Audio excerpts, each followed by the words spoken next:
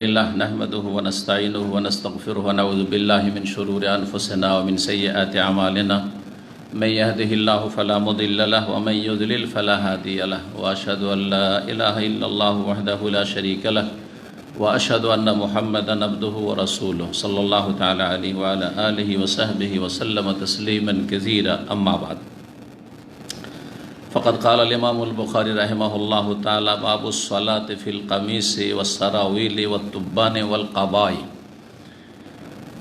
क़ाल हद्दसना सुलैमान इब्न हर्बिन क़ाल हद्दसना हम्माद इब्न ज़ैदिन अन अय्यूब अन मुहम्मदिन अन अबी हुरैरह क़ाल क़ाम रजुलुन इला नबी सल्लल्लाहु अलैहि वसल्लम फ़सअलहु अनिस सलाति फ़ी सौबिल वाहिद फ़क़ाल अव कुल्लुकुम यजिदु सौबैन सुम्मा सअला रजुलुन उमर फ़क़ाल इज़ा वस्सअल्लाहु फ़अवसिउ जमा रजुलुन अलैहि सियाबहु सल्ला रजुलुन फ़ी इज़ारिन व रिदाइन फ़ी इज़ारिन व क़मीसिन फ़ी इज़ारिन व क़बाइन फ़ी सरावील व रिदाइन फ़ी सरावील व क़मीसिन फ़ी सरावील व क़बाइन फ़ी तुब्बानिन व क़बाइन फ़ी तुब्बानिन व क़मीसिन क़ाल व अहसिबु क़ाल फ़ी तुब्बानिन व रिदा। सम्मानित दीनी भातृमंडলী, আল্লাহ রাব্বুল আলামিনের প্রশংসা এবং রাসূলুল্লাহ সাল্লাল্লাহু আলাইহি ওয়াসাল্লামের সালাতু সালামের পর আজ জুমাবার 14ই রবিউস সানি 1443 হিজরি মোতাবেক 19 নভেম্বর 2021 আমাদের ধারাবাহিক আলোচনা সহিহুল বুখারীর অধ্যায় হচ্ছে বা পর্ব হচ্ছে সালাতের পর্ব নম্বর 4। ইমাম বুখারী রাহিমাহুল্লাহর কিতাবের অধ্যায় নম্বর বাব নম্বর হচ্ছে 9, হাদিস নম্বর হচ্ছে 365। বর্ণনাকারী আবু হুরায়রা রাদিয়াল্লাহু তাআলা আনহু। অধ্যায় কি বলছেন ইমাম বুখারী রাহমাতুল্লাহি আলাইহি তা দেখা যাক। সালাত সম্পর্কীয় বিষয়ে বলছেন বাবু সালাত ফিল কামিস। এই অধ্যায় হচ্ছে সালাত আদায় করা জামা পরিধান করে। কামিস, জামা কামিস কাকে বলে?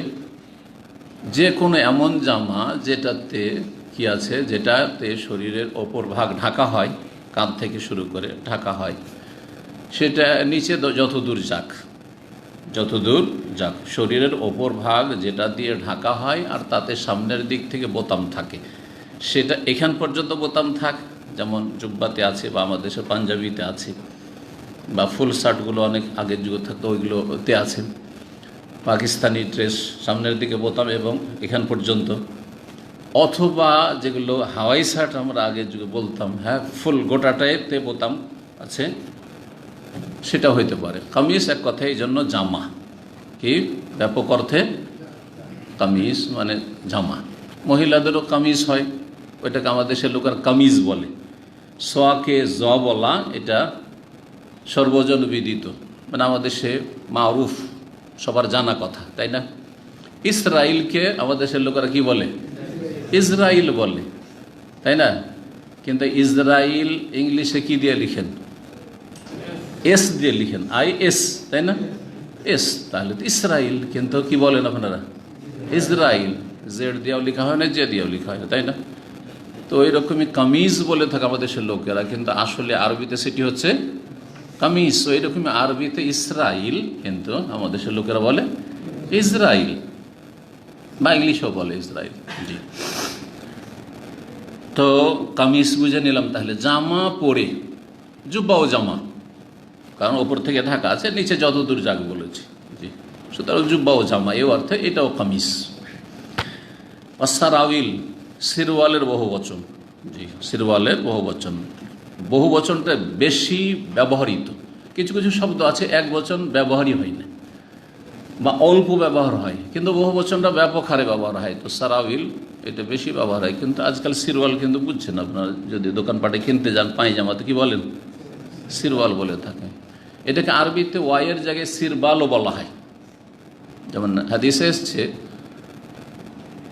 কিছু পাপের শাস্তির ক্ষেত্রে, যেমন মৃত ব্যক্তির রোদন করা, হ্যাঁ সিরবালুন মিন কাতিরান, হ্যাঁ বা সিরবাল। জি, সিরওয়ালের জায়গায় সিরবাল বা দিয়ে কাছাকাছি শব্দ, সেই জন্য একই অর্থ। পায়জামা, তো সিরওয়াল কাকে বলা হয়? শরীরের নিচের দিক যা দিয়ে ঢাকা হয় আর সেটাতে সেলাই থাকে, সেটা পায়জামার আকারে হোক। এই জন্য সিরওয়ালের প্রসিদ্ধ অর্থ, কারণ আগের যুগে মানুষ প্যান্ট পরতো না, পায়জামাই পরতো, সেজন্য পায়জামা বলেই তর্জমা করে থাকে আলেম ওলামারা বা মাদ্রাসায়। কিন্তু ফুল প্যান্ট সেটাও সিরওয়াল, সেটাও সিরওয়াল। এই যে হাঁটার খেলার ড্রেস যেগুলো আছে এগুলো সিরওয়াল, আসলে সিরওয়াল। জি। তো কেউ যদি সলাত আদায় করে পায়জামা বা প্যান্ট পরে, ফুল প্যান্ট পরে। বা তুব্বান, এই তুব্বান মানে কি? তুব্বানের ব্যাখ্যা যেটা বিশুদ্ধ, যেটা বিশেষজ্ঞরা করেছেন, যে আরবরা যে অর্থে ব্যবহার করেছে, ফাথুল বারি ইমাম হাফেজ বিন হাজার রহমতুল্লাহ আলাইহির যে প্রসিদ্ধ কিতাব 12 খণ্ডে রয়েছে, এবং সহিহ বুখারীর যতগুলি ভাষ্য রয়েছে, সবচেয়ে প্রসিদ্ধ এবং সবচেয়ে ভালো ব্যাখ্যা বা ভাষ্য বলা যেতে পারে শারহা। ফথুল বারিতে বলেছেন যে হুয়া সিরওয়ালুন সগীর, তুব্বান হচ্ছে সিরওয়ালুন সগীর, ছোট পায়জামা। তো ছোট পায়জামা মানে কি? Half pant. আগে যখন আমরা বলতাম আন্ডার প্যান্ট, এখন তো টাইটগুলো ব্যবহার করা শুরু হয়েছে, কারো রেডিমেড নিচ্ছেন। কিন্তু আগের যুগে সাদা কাপড় দিয়ে তৈরি করতো ভদ্র মানুষরা, পায়জামার নিচে পরতো। সেটা এই যে আরবরা যেমন পরে না, জুব্বার নিচে অনেকে হাঁটুর ওপর থেকে কিছু, এটা হচ্ছে কি, এটার নাম তুব্বান, মানে হাফ প্যান্ট, ফুল প্যান্ট নয়, কি হাফ প্যান্ট। সেটা আন্ডারওয়্যার একেবারে জাঙ্গিয়া টাইট করে পরেন। আর সেটা এই জাঙ্গিয়াও 2 রকম আছে, হাফ জাঙ্গিয়া আছে, আবার ফুল জাঙ্গিয়া একটু আছে, একটু লম্বা, অথবা আর একটু ঢিলা লম্বা হোক। এক কথায় সিরওয়ালুন সাগির, ছোট ধরনের পায়জামা। জি। পাজামা কেন বলে? পা মানে পা, আর জামা মানে জামা, যা দিয়ে শরীর ঢাকা হয়। তো যা দিয়ে পা ঢাকা হয়, যা দিয়ে পা যুক্ত জামা, পায়জামা। জি। সন্ধি বিচ্ছেদ। তুব্বানের তাফসীর এইরকম রয়েছে ইমাম হাফিজ হাজারের কাছে। তারপরে হাদিসের ডিকশনারি, কোনদিন শুনেছেন যে হাদিসেরও ডিকশনারি আছে? হাদিসের কিতাবে যে মুশকিল শব্দগুলি এসেছে তারও কি আছে, অভিধান বা ডিকশনারি আছে। অনেক কিতাবে মর্মে লেখা হয়েছে, আইম্মায়ে কেরাম লিখেছেন। তার মধ্যে প্রসিদ্ধ সবচাইতে নেহায়া ফি গরিবিল হাদিস, আর নেহায়া ফি গরিবিল হাদিস, তাতে লিখেছেন ইবনুল আসির রহমতুল্লাহ আলাইহি যে তুব্বান হুয়া সিরওয়ালুন সাগীর, ছোট ধরনের পায়জামা মানে হাফ প্যান্ট। তাহলে আমরা এটা বিশুদ্ধ তাফসীর। কিন্তু বাংলা অনুবাদক, আপনাদের কাছে যে বাংলা অনুবাদটি রয়েছে তাতে কি লিখেছে? গামছার তর্জমা করেছে, গামছার তর্জমা করেছে। এই তর্জমাটি সূক্ষ্ম নয়। হ্যাঁ, ইল্লা গামছাকে কেউ যদি গামছাকে নিচের শরীরে কোমরে বাঁধলো, তাহলে লুঙ্গির সমান হইল না, তাহলে এটাকে বলতে পারেন যে এটা হচ্ছে তুব্বান। কিন্তু গামছা তো আমাদের দেশের লোকেরা কি করে, হয় গা মুছে, সেই জন্য গামছা। গামছাকে গামছা কেন বলা হয়? গাযুক্ত মুছা, গাযুক্ত মুছা। তালিল, সন্ধি বিচ্ছেদ। তালিলকে বাংলায় সন্ধি বিচ্ছেদ বলে। আরবি গ্রামে যেটা তালিল, যেমন কালা আসলে কাওয়ালা ছিল, একুল আসলে একলও ছিল, কুল আসলে উকুল ছিল। বুঝা গেছে? তো তারপরে তালিল হয়েছে, মানে সন্ধি বিচ্ছেদ হয়েছে। ঠিক তেমনি গা মুছা, এখন ওটাকে হালকা গা মুছা পড়তে ভারী লাগে না, গামছা, সব সংক্ষেপ করে দিলাম। বোঝা গেছে? জি। তো আসলে গামছার অর্থটি সূক্ষ্ম নয় এখানে। জি। অনেক অনুবাদক এইভাবে বিভিন্ন জায়গায় ভুলগুলি করে থাকেন। আমরা যথাসাধ্য চেষ্টা করবো সেগুলি সংশোধন করে দেওয়ার। আমাদের যতটা এলেম আছে বা যতটা আমাদের এলেম পৌঁছিবে সহি শুদ্ধ পর্যন্ত। জি। ওয়াল কাবা, কাবা, কাবা কোন জামা? কাবাকে উর্দু ভাষীরা চোগা বলে, কাবা। তাহলে কাবা কি জিনিস? কাবার সংজ্ঞাতে যেটা লিখেছেন ভাষ্যকারগণ, সেটা হচ্ছে যে এমন জামা, সেটাও জামা, শরীরের ওপর ভাগ থেকে পরা হয়, কিন্তু যার পিছন দিকে ফাটল রয়েছে, সামনের দিকে আমার জুব্বা বা আপনাদের জুব্বা যতগুলি আছে সেগুলোতে কি আছে? সামনের দিক থেকে ফাটল আছে, তাই না? সে বোতাম লাগা থাক, অথবা অনেকগুলো তো আছে একটু ফাটল থাকে কিন্তু বোতাম লাগা থাকে না, আছে না এরকম? সামনের দিকে ওটা কামিজ, কিন্তু পিছন দিকে যদি থাকে তাহলে ওটার নাম হচ্ছে কাবা। যেমন আমাদের সে মেয়েদের যে জামাগুলি, ফ্রকগুলি ব্যবহার হয়, সেটা পিছন দিকে ফাটল থাকে, থাকে না? থাকে না? জি হ্যাঁ। তো এইরকম জামাও আরবরা সেই যুগে ব্যবহার করতো, যে পেছন দিকে ফাটল থাকতো মাথা ঢোকাবার জন্য। শাক্কুন আল্লাযী ফীহি শাক্কুন মিন খালফিহি, পেছন দিক থেকে যার ফাটল রয়েছে সেখানে বোতাম লাগানো থাক অথবা নাই থাক, এর নাম হচ্ছে কাবা। তাহলে তো এগুলি পরিধান করে সালাত আদায় করার বিধান করতে পারে। শরীর ঢাকলে হলো, আসল হচ্ছে শরীর ঢাকতে হবে যতটা ঢাকা আবশ্যক, অবশ্যই আবশ্যক। আর যেগুলি হচ্ছে আবশ্যক নাই কিন্তু ঢাকা ভালো, সেটা ঢাকবেন, উত্তম বা সুন্নাত। এখন হাদিস দেখি। আবু হুরায়রা রাদিয়াল্লাহু তাআলা আনহু থেকে বর্ণিত, বলছেন কামা রাজুলুন ইলা নবী সাল্লাল্লাহু আলাইহি সাল্লাম, জনৈক ব্যক্তি নবী সাল্লাল্লাহু আলাইহি সাল্লামের কাছে দাঁড়ালেন, দাঁড়িয়ে জিজ্ঞাসা করলেন। তাহলে বোঝা যাচ্ছে যে দাঁড়িয়ে জিজ্ঞাসা করা জায়েজ। দাঁড়িয়ে জিজ্ঞাসা করা বিভিন্ন অনুষ্ঠানে আমাদের কি করে, দাঁড়িয়ে জিজ্ঞাসা করে। ছোটোখাটো অনুষ্ঠান আছে, অথবা ওখানে আপনার বসে জিজ্ঞাসা করলেও দেখতে পাচ্ছে, জিজ্ঞাসা যে করছে সেও দেখতে পাচ্ছে জিজ্ঞাসিত ব্যক্তিকে, এবং জিজ্ঞাসিত ব্যক্তি আমিও দেখতে পাচ্ছি, তাহলে বসে বসে জিজ্ঞাসা করেন, অসুবিধা নেই, বসে জিজ্ঞাসা করেন। কিন্তু অনেক লোক অথবা ওই যে বড় প্রোগ্রামগুলি আমাদের হয় দুবাই, সেগুলোতে করে কি একটা করে মাইক ধরিয়ে দিয়েছে প্রশ্নকারীকে, তো দাঁড়িয়ে যায়, দাঁড়িয়ে গিয়ে তখন জিজ্ঞাসা করে। তো দাঁড়িয়ে জিজ্ঞাসা করা তাহলে জায়েজ। একটু এই মাসলা এই হাদিস থেকে আমরা ইস্তেমাদ করলাম, বেয়াদবি নয়। কেউ যদি বলে আপনি শেখ বসে আছেন, এলএম শিখতে হবে, বসে বসে আপনি দাঁড়িয়ে দাঁড়িয়ে কেমন জিজ্ঞেস করছেন, বলতে তো পারে কেউ, জায়েজ। দাঁড়ালেন জনৈক ব্যক্তি নবী সাল্লাল্লাহু আলাইহি ওয়াসাল্লাম উদ্দেশ্যে, ফাসআলাহু আনিস সালাতি ফিস সাবিল ওয়াহিদ, তারপরে নবী সাল্লাল্লাহু আলাইহি ওয়াসাল্লামকে জিজ্ঞেস করলেন একটি কাপড়ে সালাত আদায় করা সম্পর্কে, যে কেউ শুধুমাত্র একটি কাপড় পরিধান করে সালাত আদায় করতে পারবে কি না। এর আগে কিন্তু আমরা মশলা নিয়ে আলোচনা গত সপ্তাহগুলোতে করেছি এই বিষয়টি, জায়েজ না জায়েজ নয়।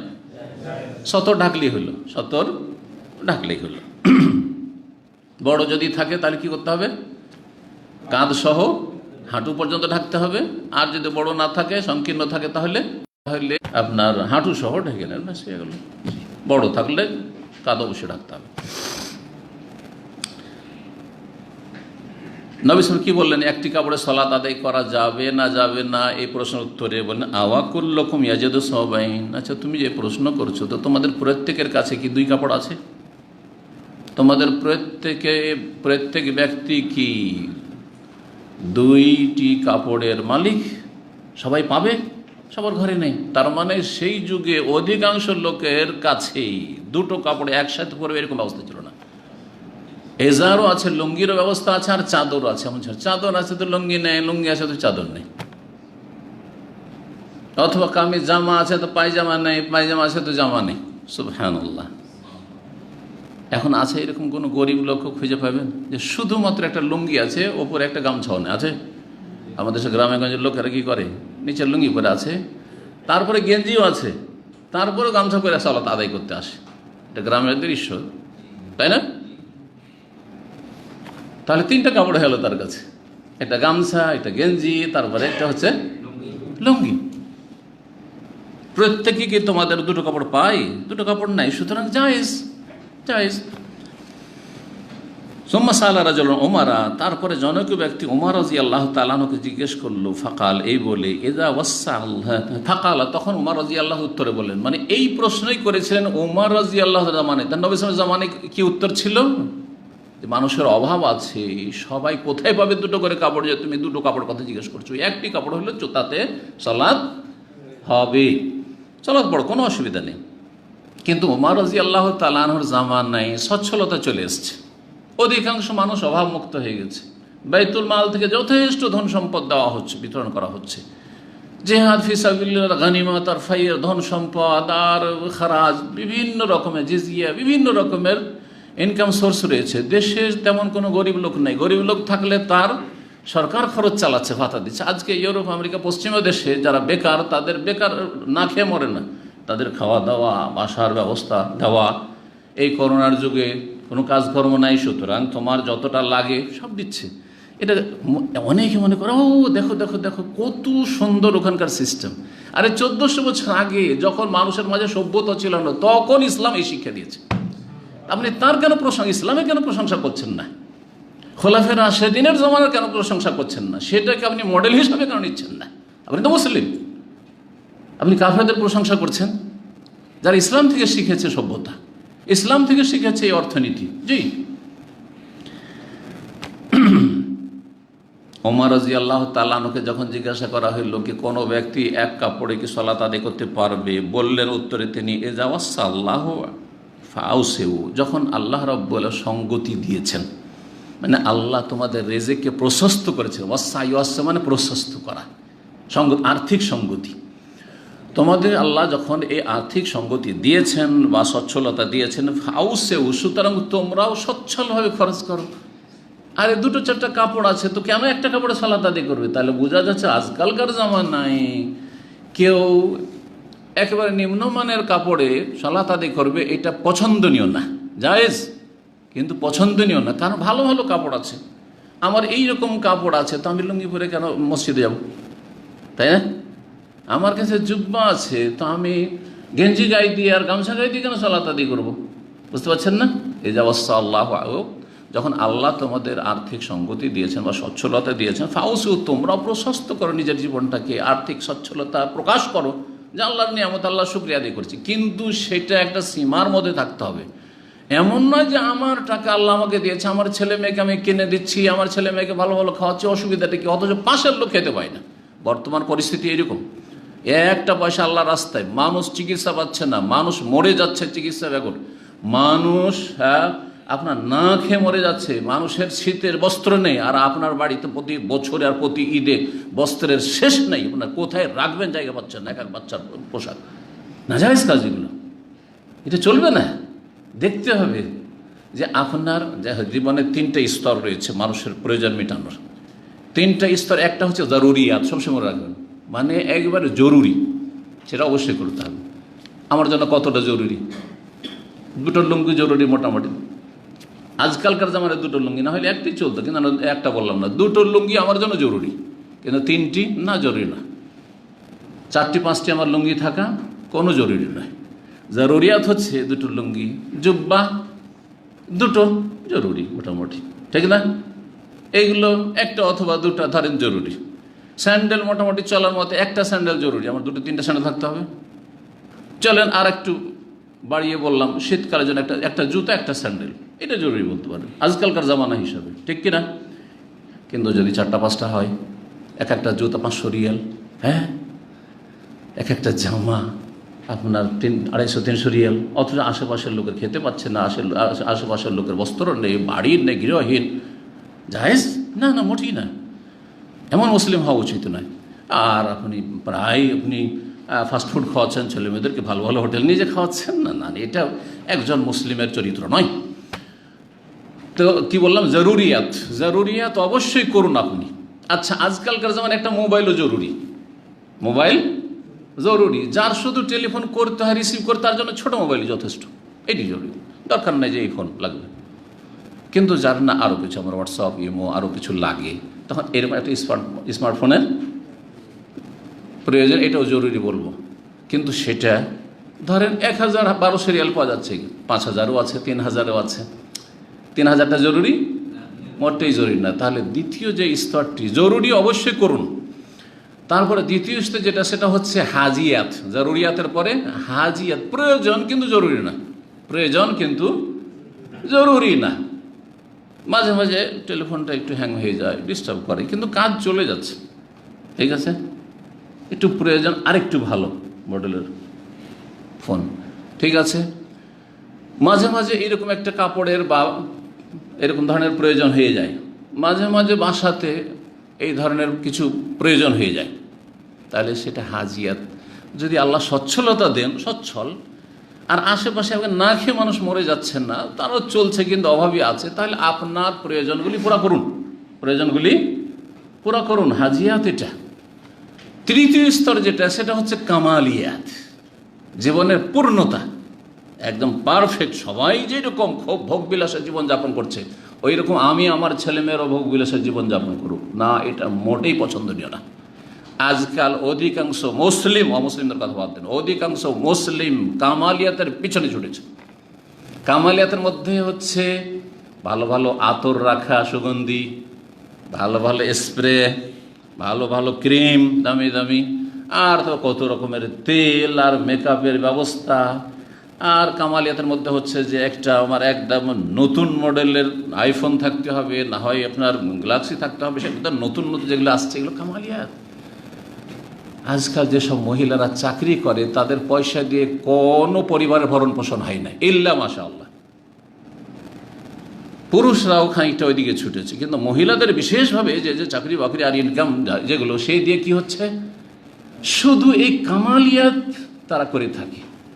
দামি দামি পারফিউম, দামি দামি এই সেই, দামি দামি হোটেলে খাওয়া দাওয়া, চল আজকে অমুক হোটেলে একটা শুনেছি খুব ভালো খাবার হয়, চল একটা নতুন একটা ওখানে খুলেছে খুব ভালো খাবার, খুব টেস্টি, চল ওখানে চল, ওখান থেকে অর্ডার কর। আরে এখান থেকে খবরে হাঙ্গারি স্টেশনে যারা কাজ করে, হ্যাঙ্গার নাই 30 টাকা, কথা বোঝা গেছে। আর যেই কফিটা খাবে বা যে চাটা খাবে অথবা এই ধরনের কোনো খাবার, সেটার দাম হচ্ছে 10 টাকা। ওয়াল্লাহ শুনেছি, 10 টাকার জিনিস 30 টাকা প্লাস দিয়ে 40 টাকা খায়। আল্লাহ হারাম এগুলো। এই জন্য আল্লাহ নিয়ামত দেননি, এই জন্য আল্লাহ নিয়ামত দেননি। আস্তাগফিরুল্লাহ ওয়া আতুবু ইলাইহি। কখনো না। আপনাকে আল্লাহ দিয়েছেন, আপনি পাশে দেখেন আশেপাশে কত লোক অসহায় রয়েছে, কত লোকের এখানে কাজ নেই, কত লোক একামা বানাইতে পারে না, কত লোক এখান থেকে টিকিট নেই যেতে পারছে না, কত লোক কত অভাবে আছে। সেগুলো না করে আপনি এখানে ফুটানি মারাচ্ছেন। আউযুবিল্লাহি মিনাশ শাইতানির রাজিম। আল্লাহ যেন হেফাজত করেন। তাহলে 3টা স্তর বুঝতে পেরেছেন। জরুরি কাজগুলি অবশ্যই করুন। হাজিয়াত প্রয়োজন আছে, আল্লাহ দিয়েছে যথেষ্ট, আলহামদুলিল্লাহ ইনকাম আছে, আর আমি দান সাদকাও করছি, ওটাও ঠিক রেখেছি, ব্যালেন্স ঠিক রেখেছি, আর কিছু প্রয়োজনও পুরা করছি, একটু করেন, অসুবিধা নেই। মাঝে মধ্যে করেন, অসুবিধা নেই। জানেন, যারা ফ্যামিলি নিয়ে থাকেন তারা সমুদ্র বিচে যান না? এক লোকের সেই জামানায় বেতন আমার বেতনের চাইতে দ্বিগুণের বেশি। সেও একজন মৌলভী সাহেব, পাকিস্তানের। সে আমাকে টেলিফোন করেছে, 2004-05 ঘটনা। বলছে যে শেখ, পরিচিত মানুষ, ভালো একটা চাকরি করে, বলছে শেখ কিছু টাকা ধার দিতে পারবেন? কিন্তু তার সম্পর্কে আগে আমি অলরেডি শুনে নিয়েছি আমার উর্দুভাষী ভাইদের কাছে, যে ওকে কখনো ধার দিবেন না। ও যদি একবার ধার পেয়ে যায়, মৌলভী সাহেব ঠিক, কিন্তু ও আপনাকে যে পরেশান করে ছাড়বে, আপনি ভদ্র মানুষ, কখনো দেবেন না, না চাইলে দেবেন না। এত বদ চরিত্র। বলছে 500 টাকা দিয়ে আমি পরীক্ষা করেছি, একজন নিউ মুসলিম আমাকে বলেছিল। তা আগে থেকে আমি সতর্ক সাবধান ছিল, অলরেডি আমার কাছে নলেজ ছিল। আমি বলি জাযাকাল্লাহ খায়ের। যখন চাইলো আমাকে, তো আমি বললাম যে আপনার বেতন আমার ডবল, আর আমার দেখেন বাচ্চা, তখন প্রায় আমার 9টা ছিল না, কিন্তু 7টা বা 6টা তো ছিলই, 5টা-6টা ছিল মোট কথা, মনে নেই ঠিক। তো আমার এত বড় সংসার, তো আপনাকে কি করে আমি ধার দিতে পারি? অথচ আমি ইচ্ছা করলে আলহামদুলিল্লাহ আমি এমনভাবে জীবনযাপন করি, যে কোনো 500 টাকা আমি ধার দিতে পারবো, কিন্তু জানি যে একে দিলে আর ফিরে আসবে না, মুশকিল আছে। তা আমি বললাম কী করে দিতে পারি বলেন দেখি। তো পরে ওর খবর নিলাম যে এই লোক এত টাকা বেতন পেয়ে, এত টাকা বেতন পায়, ধরেন 3.5 থেকে 4,000 যদি বেতন পায়, চিন্তা কম নাকি, এতটা রিয়াল। তো সে যদি ধার চায়, কেন ধার চায়? তো অন্য যারা আরও মানে তার সাথে সম্পর্ক রাখে, জিজ্ঞেস করলাম ব্যাপারটা কি। বলছে যে ও যখন কনিষ্ঠে যায় ফ্যামিলি নিয়ে, তখন গেল সুপার মার্কেটে, সেখান থেকে পানি কিনবে, তারপরে ওই আপনার প্রত্যেকের জন্য একটা করে 7 আপ বা ওই ধরনের, এই যে বড় বোতল না, যে ফ্যামিলির জন্য একটা বড় বোতল কিনে নিলি 7 আপের, না এইরকম না, প্রত্যেকের জন্য পেপসি 7 আপ আলাদা আলাদা, ওই যে আপনার কি এইগুলো বলে স্টিলের না কিসের, অ্যালুমিনিয়ামের, সেইগুলো। চিন্তা করেন, এইভাবে জীবনযাপন করে। আমরা জীবনে করি না এরকম। যদি নিয়ে একটা বড় লাভান নিলাম, প্রত্যেকের জন্য আলাদা নয়, একটা বড় কিছু নিলাম, অথবা নিলাম না, বাসা থেকে কিছু তৈরি করে নিয়ে গেলাম, বাসার নাস্তা করলাম, বোঝা গেছে। ভালো ওই রকম হোটেলে যাওয়ার কোনো প্রয়োজন করে না, আমরা বাসায় তৈরি করে খাবো।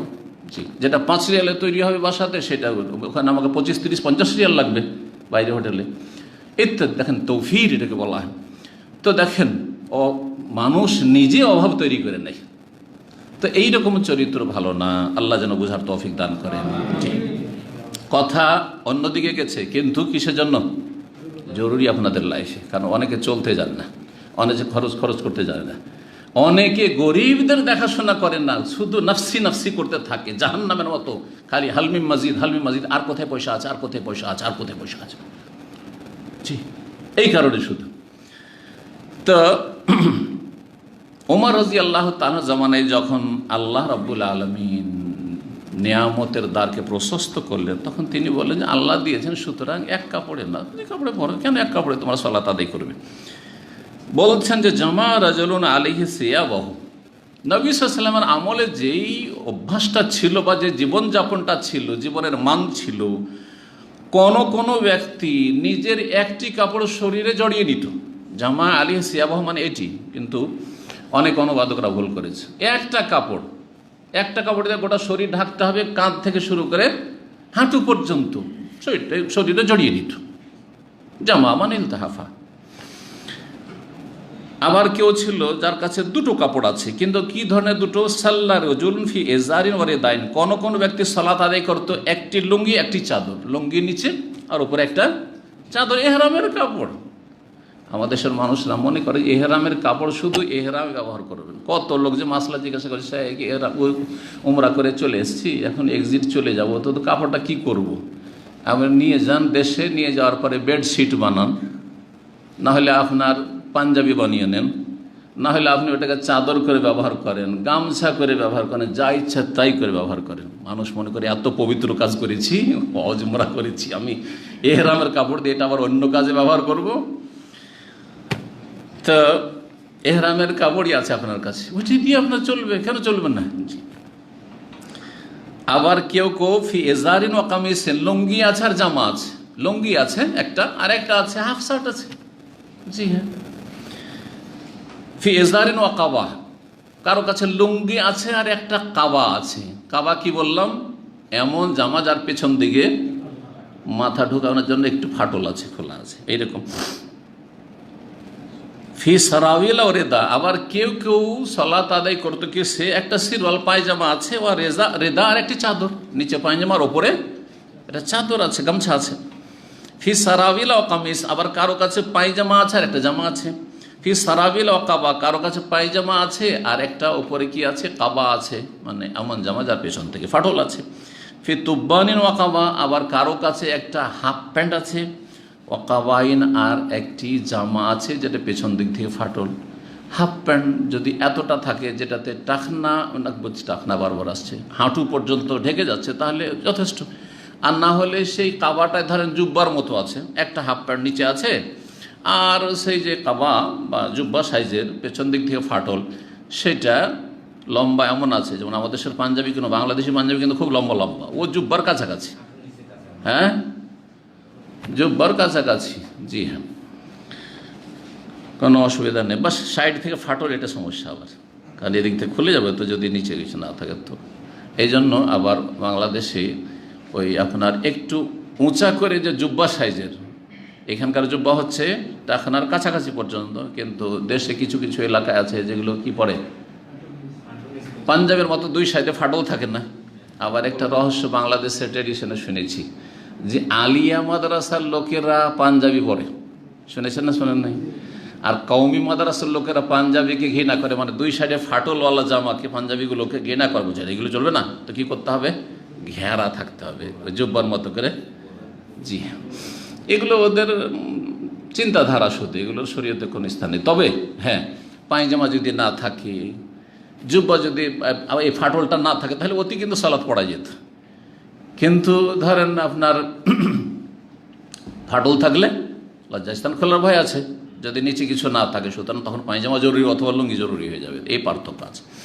এমনিতে শরীয়তে কোনো পার্থক্য নেই, কাপড়ের উপর কাপড় আছে, সে ফাটলওয়ালা পাঞ্জাবি পরেন অথবা জুব্বা সাইজের পরেন, যা ইচ্ছাতেই পরেন, অসুবিধা কি, যেহেতু সতর ঢাকা আছে।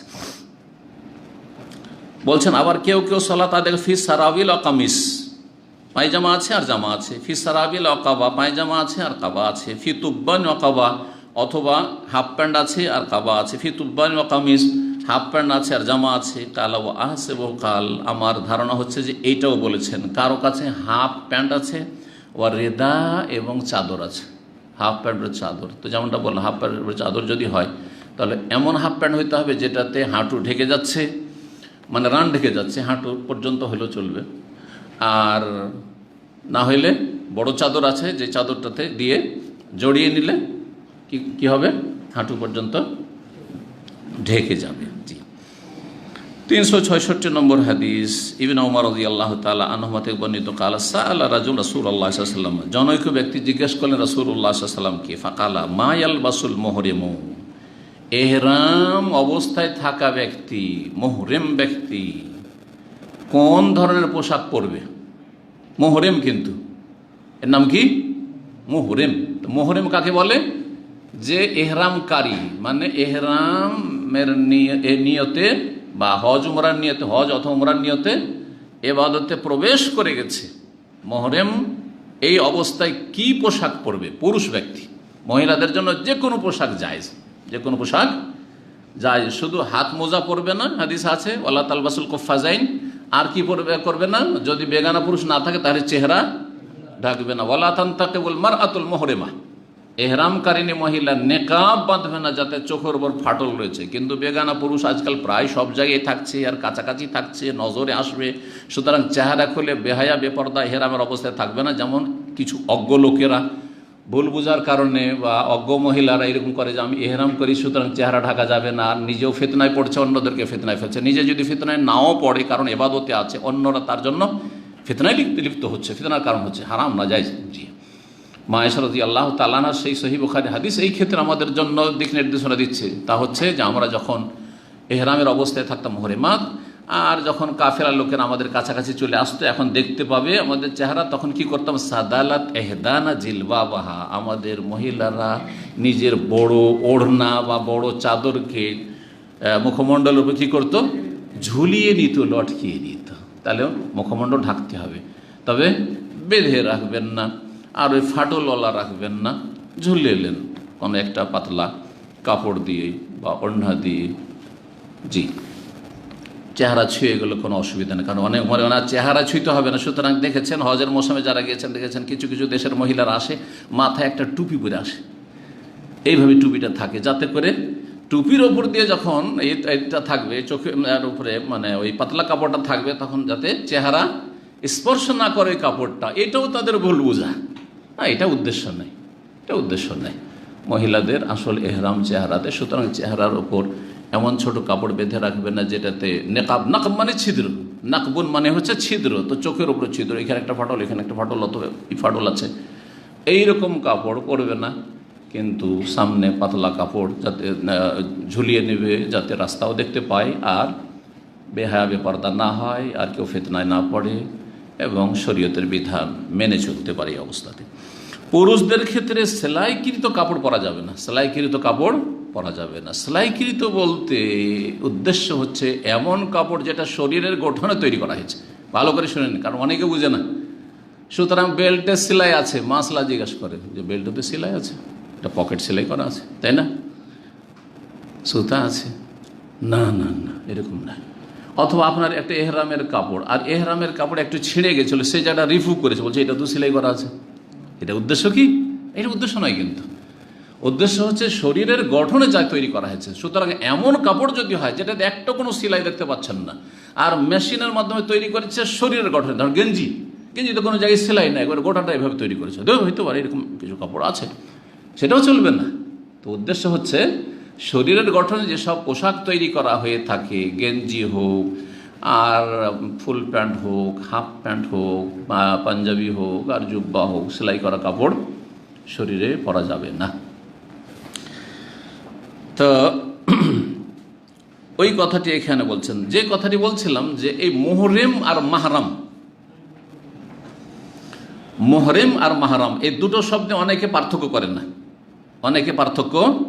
অনেক লেখক পার্থক্য করেন না। আমি একজন জেনারেল লাইনে শিক্ষিত, আমাদের দেশে কিছু লেখক আছে যারা আবেগী লেখক, মানে কোনো আলেম না, কিন্তু ইসলাম সম্পর্কে সে বড় রাইটার হতে চায়, লেখক হতে চায়।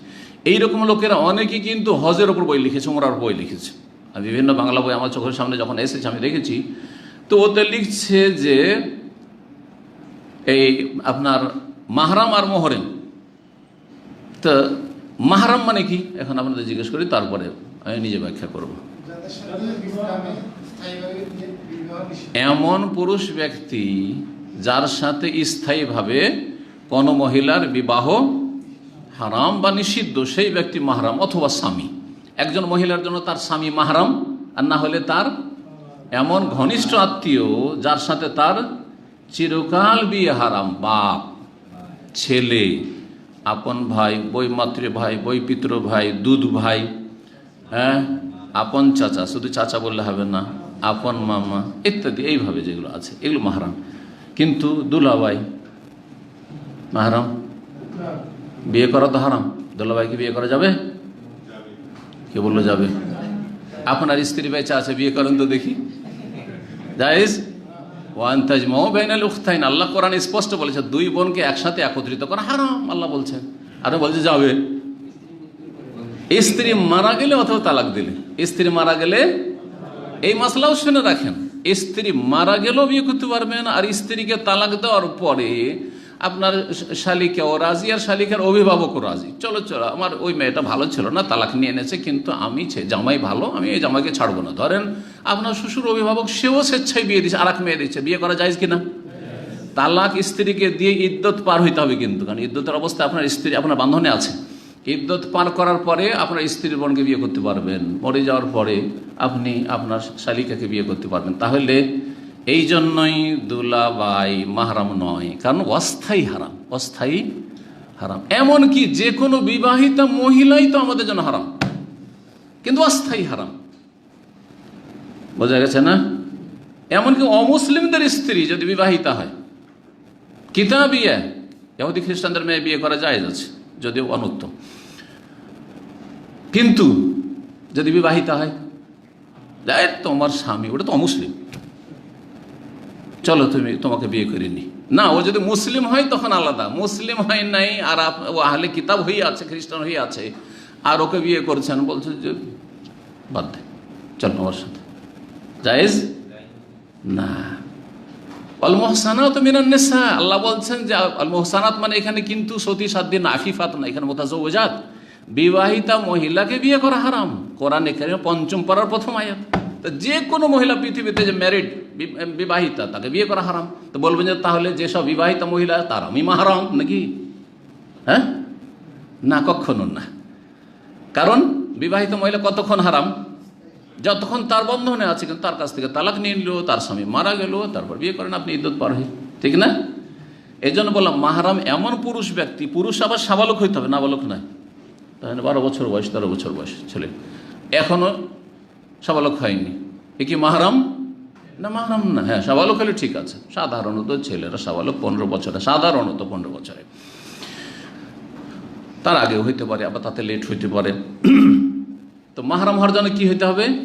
এমন সাবালক পুরুষ, তাহলে আমরা লাগিয়ে দেবো, তাহলে ক্লিয়ার হবে। এমন সাবালক পুরুষ যার সাথে স্থায়ী বিয়ে হারাম, সেই ব্যক্তি হচ্ছে মহিলাদের জন্য, ওই সব নিকটাত্মীয় মহিলাদের জন্য মাহারাম, অথবা তার স্বামী, এটা মাহারাম। আর মুহরিম মানে কি? এহরাম অবস্থায় যে লোক আছে তার নাম হচ্ছে মুহরিম। কিন্তু ওই লেখক লিখছে যেই ব্যক্তি মানে মাহারাম, মাহারাম লিখছে মুহরিম ছাড়া কেউ সফর করতে পারবে না। বলছে হজের যাওয়ার জন্য একটা মাসলা লিখছে, ওই হজের কিতাবে লিখছে সেই লেখক। জেনারেল লাইনের লেখকরা কি করে দেখেন, বলছে যে মুহরিম ছাড়া কেউ সফর করতে পারবে না কোনো মহিলা। বুঝতে পারছেন? মুহরিম ছাড়া না মাহারাম ছাড়া? তো দিন সম্পর্কে জ্ঞান না থেকে লেখার প্রবণতা, যে আমি একটা রাইটার হব, একটা স্কলার হব, এটা কিন্তু ভারত, বাংলাদেশ, পাকিস্তানে খুব বেশি কাজ করছে। আরবরা এটা করে না। আরবদের অযোগ্যরা কলম ধরেন না, আমরা কলম ধরে লিখতে ভয় পাই, কারণ আরব দেশে আমরা পড়ে শুনে মানুষ হয়েছি। কিন্তু আমার দেশের লোকেরা ভয় পায় না। এমন এমন ছাত্র ভাই লিখে, এটা বই লিখেছে, বই লেখার পরে বলছে শেখ কিচ্ছু না, আপনাদের মতো এখানে লেখাপড়া করে, তারপরে একটা সলাতের বই লিখেছে। এরকম মেলা ঘটনা আছে, তার মধ্যে একটা বলছি। তার বলছে যে শেখ আপনি সম্পাদনা করে দেবেন। বললাম মনে মনে যে তোমার যোগ্যতা বা কি, তুমি একটা কেতাবুস সলাতের উপর আলবানির মতো, ইবনে বাজের মতো সলাতের উপর বই লিখবে, আর তারপর আমি সম্পাদনা করব, দিয়ে আমি গুনহার ভাগী হব, যতই ঠিক লিখো। বইটা যাই হোক, তার কথাটা আমি পড়ে দেখলাম সব জোড়াতালি, সবগুলি কি জি কাসওয়ালাস্ক, মানে কপি অ্যান্ড পেস্ট। বিভিন্ন কিছু নিয়েছে আলবানি কিতাব থেকে, কিছু নিয়েছে ইবনে বাজের কিতাব থেকে, কিছু নিয়েছে ইকবাল গিলানির কিতাব থেকে, আর নেওয়ার পরে কি করেছে? Copy paste, copy paste. বুঝেন না কপি পেস্ট? আজকাল ফেসবুকে যারা ইসলামের ওপর বিভিন্ন স্ট্যাটাস লিখছে, তারা অধিকাংশ কিন্তু কপি অ্যান্ড পেস্ট।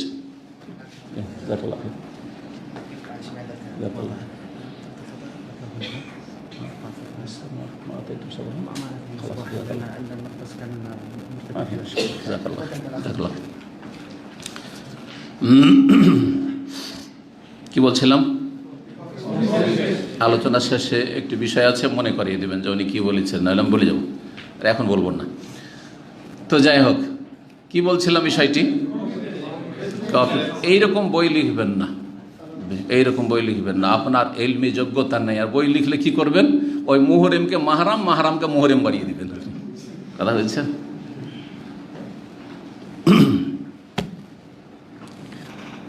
তো জনৈক ব্যক্তি জিজ্ঞেস রাসূলুল্লাহ সাল্লাল্লাহু আলাইহি ওয়াসাল্লাম, মা ইয়ালবাসুল মুহরিমু লাবেসা ইয়ালবাসু। লাবেসা ইয়ালবাসু মানে কাপড় পরিধান করা, লেবাস থেকে। আর লাবাসা ইয়ালবেসু মানে আব্দুল আজিজ, হ্যাঁ কি কি কি বলছে? আস্তে করে বুঝছেন? হ্যাঁ না, তো লাবেসা ইয়ালবাসু এটা সামি আসমাও থেকে, ওর মানে হচ্ছে পরেছে, পরিধান করা লেবাস। কিন্তু লাবাসা ইয়ালবেসু দারাবা ইয়াদরিবু থেকে খালাতা, ঠিক আছে, মিক্স করে দেওয়া, ইলতিবাস। আল্লাযীনা আমানু ওয়া লাম ইয়ালবিসু ঈমানাহুম বিযুলম, যারা ঈমান নিয়ে আসলো এবং তাদের ঈমানের সাথে জুলমকে মিক্সচার করলো না, জুলমের সংমিশ্রণ ঘটালো না।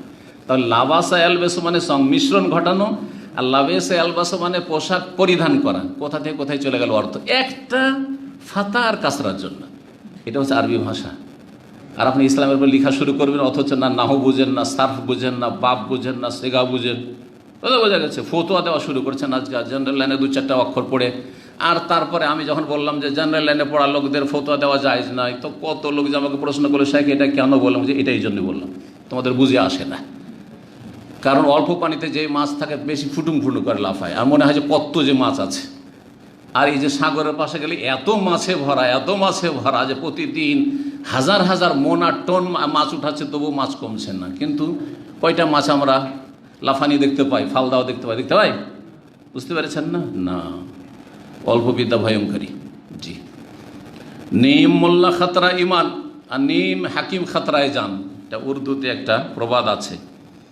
যদি অল্প পড়া লোক মুফতি মোল্লাহে বসে, তাহলে খাতরা ইমান, আপনার ইমান সর্বনাশ করবে। আর আমাদের সমাজে অধিকাংশ মসজিদের ইমাম আর মুফতি, তাদের কোরআন হাদিসের জ্ঞান নেই, কিন্তু ফতোয়াতে খালি হাতে ফিরাবে না। এসেছেন আপনি আমার কাছে, কি করে আপনাকে খালি হাতে ফিরিয়ে দেবো? কিছু দিয়েই ফিরাবে, থাক আর না থাক কিছু ধরিয়ে দেবে কিছু। কথা বুঝতে পারছেন? যার ফলে আপনার ইমানের জন্য বিপজ্জনক তারা। আর নিম হাকিম খাতরায় যান। আর যে কুয়াক ডাক্তার হয়, আর তার কাছে আপনি ক্যান্সারের সমস্যা নিয়ে গেলেন, আপনি আর ব্লাড প্রেশার আর সুগারের সমস্যা নিয়ে গেলেন, কি থেকে কি দিয়ে দিল, আরো মেরে ফেলে দিল। খাতরায় যান, জীবনের খাতরা। কথা বোঝা গেছে? জি, সাবধান। জি, আল্লাহ যেন বোঝার তৌফিক দান করেন। মুহরিম কি পড়বে? কারা লায়াল বাসুল কামিস, জিজ্ঞাসা কি ইতিবাচক, মুহরিম কি পড়বে? আর উত্তর হচ্ছে নেতিবাচক, নেগেটিভ। কেন? তাহলে তর্জমাটা করি, তারপর বলবো। লায়াল বাসুল কামিস, মুহরিম ব্যক্তি জামা পরবে না। জামা বলতে বোঝা যাচ্ছে শরীরের ওপর ভাগে এমন কাপড় পরবে না যেটা জড়ানো, সেটা। আর এখান থেকে ফোকাহারা নিয়েছেন সেলাইকৃত মাখিদ।